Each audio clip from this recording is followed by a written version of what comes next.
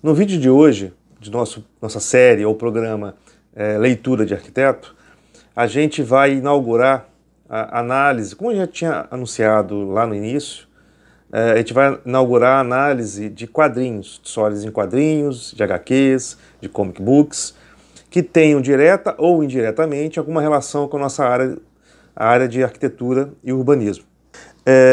Para inaugurar essa leva de HQs ou de histórias em quadrinhos que eu vou falar aqui, eu trouxe um quadrinho muito especial do Christophe Chaboté, chamado Um Pedaço de Madeira e Aço, publicado pela editora Pipoca e Nanquim em 2018, aqui no Brasil.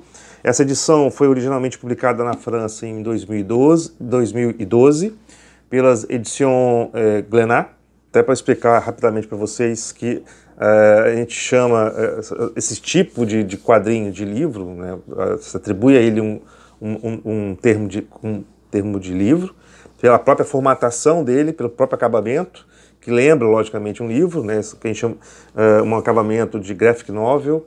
Então, geralmente são acabamentos, né, em capa dura, ou um formato um pouco maior, né, capa dura ou não, isso varia muito da editora e da publicação, né, um papel de maior qualidade, são papéis melhores, de gramaturas maiores também, e uma coisa muito importante, em geral são histórias fechadas em si, mas são histórias autorais e que geralmente você tem o próprio quadrinista, ele desenha e escreve, ou em outros casos ele escreve, você tem um autor escrevendo, criando um roteiro e escrevendo o texto, e uma outra pessoa, um outro profissional desenhando esse quadrinho, tá?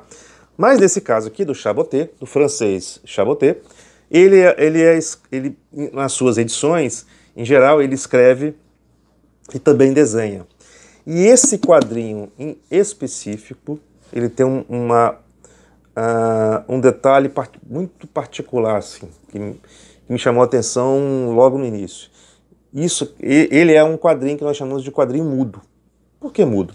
Porque, literalmente, ele não tem balões, ele não tem texto, ele é só feito por imagens. As imagens é que contam a história. O texto você constrói na sua cabeça, de acordo com a leitura que você vai fazendo da história em quadrinho. Mas por que exatamente eu trouxe isso? Por que eu trouxe um quadrinho mudo, né, para falar sobre, para abrir esse programa, né, essa série de programas sobre HQs que eu vou falar ao longo dos próximos vídeos, mesclando aí HQs com livros também, tá? Livros de arquitetura e urbanismo. Mas por que eu trouxe esse livro aqui do Chaboté? Porque exatamente o tema que ele traz, né, o título até engraçado, Um Pedaço de Madeira e Aço, é uma história muito singela de um banco de praça. Pode ser uma praça, pode ser um banco de um parque, não fica muito claro na história onde está localizado esse banco.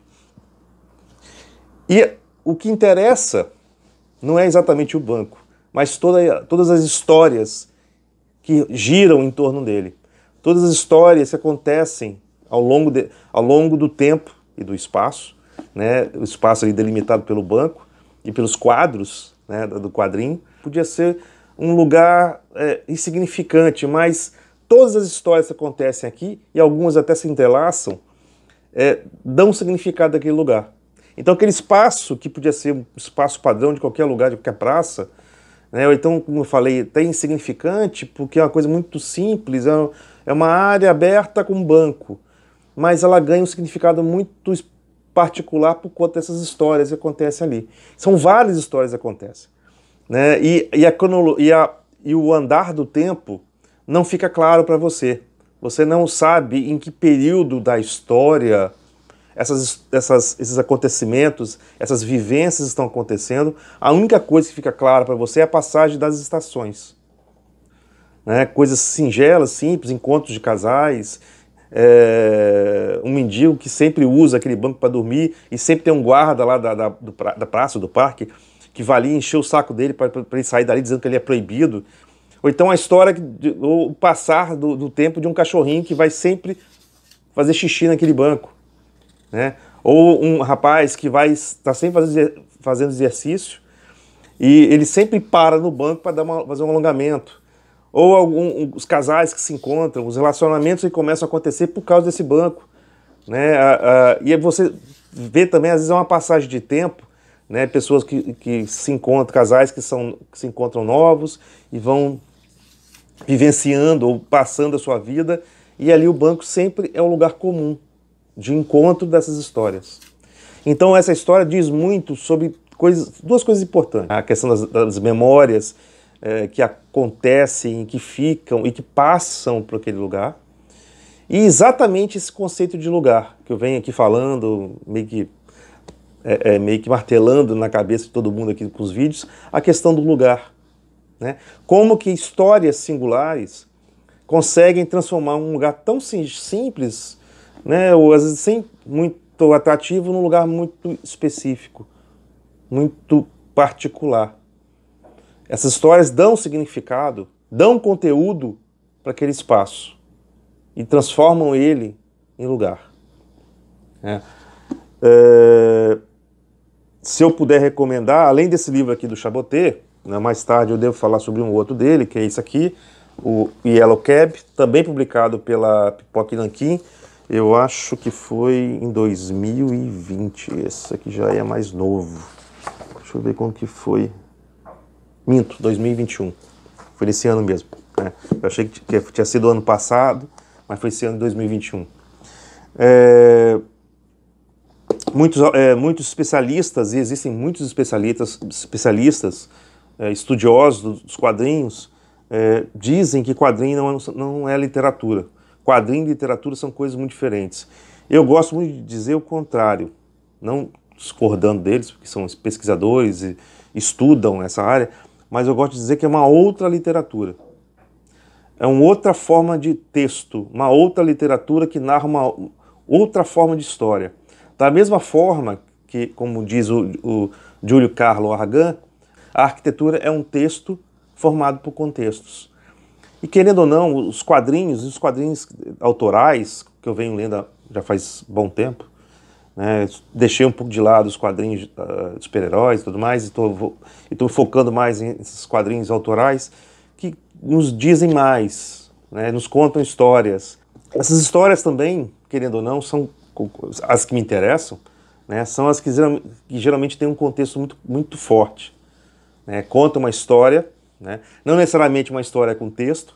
Essa aqui do Chaboté, como outras que eu vou apresentar aqui também ao longo dos vídeos, não precisam de texto. Os textos estão nas imagens, né, onde a palavra escrita não precisa estar aqui presente para contar uma história. As imagens falam por si. E você constrói os textos na sua cabeça. Isso é bem legal. E isso também é uma coisa muito interessante, você transferir isso para a arquitetura. A arquitetura não precisa estar explícita, ela tem que induzir a pessoa a interpretá-la, a entendê-la, a tirar dela um significado. Então eu recomendo, quem gostar de quadrinhos, ou quem achar que quadrinho é só coisa de criança, ainda achar que é coisa de criança, né, e ficar nessa, por favor, procurem também quadrinhos como esses, né, do Chaboté e de outros autores. Vocês vão encontrar vários por aí. Tem várias editoras novas no Brasil publicando coisas boas, edições nacionais e edições estrangeiras também. Muita coisa estrangeira vindo. Coisa antiga que não tinha no mercado, tinha sumido e está aparecendo. Então recomendo a leitura, recomendo você arquiteto urbanista, você arquiteta urbanista, você estudante de arquitetura. Se eu posso dar um conselho, né, um dos vários que eu vou dar por aqui, leiam histórias em quadrinhos. Tem muito a ver com a nossa área por conta da parte gráfica, primeiramente, né, o grafismo, o desenho é uma conexão entre nós, arquitetos, e os quadrinistas. Né? E por outro lado tem o texto. Né? O texto, a leitura, a mensagem que esses quadrinhos querem passar. O discurso, que é um outro ponto importante, quem sabe eu fale sobre isso mais lá na frente, em outro vídeo, a questão do discurso na arquitetura. Se a gente pode fazer aqui uma última correlação, né, citando aqui o filósofo italiano Massimo Cacciari, em seu livro A Cidade, livro esse que a gente falou no último vídeo, que vai estar aqui nos cards, ele lembra a gente que o lugar, quando ele fala sobre o lugar, que o lugar nada mais é do que um silêncio, que o lugar nada mais é do que uma pausa, né? Um silêncio como se fosse o silêncio de uma música, né? Que também compõe. E nada mais simbólico do que isso, do que essa pausa, do que esse silêncio, do que um banco de praça, né? Porque exatamente é ali onde você para, você dá uma pausa na sua vida cotidiana, né? Do burburinho, do barulho, né? Da vida cotidiana, e senta, né? Você senta e vê a vida passar na sua frente, né? Então é aquela pausa, aquele descanso, aquele lugar específico para um ato específico. Bom, eu acho que é isso, né, gente? Espero que vocês tenham gostado do vídeo. Estou aqui aguardando comentários, críticas. Deixem aí seu like, façam seus comentários, como eu falei, façam suas críticas, né, que são sempre bem-vindas, tá? Se inscrevam no canal e estamos aí no próximo vídeo. Falou? Valeu!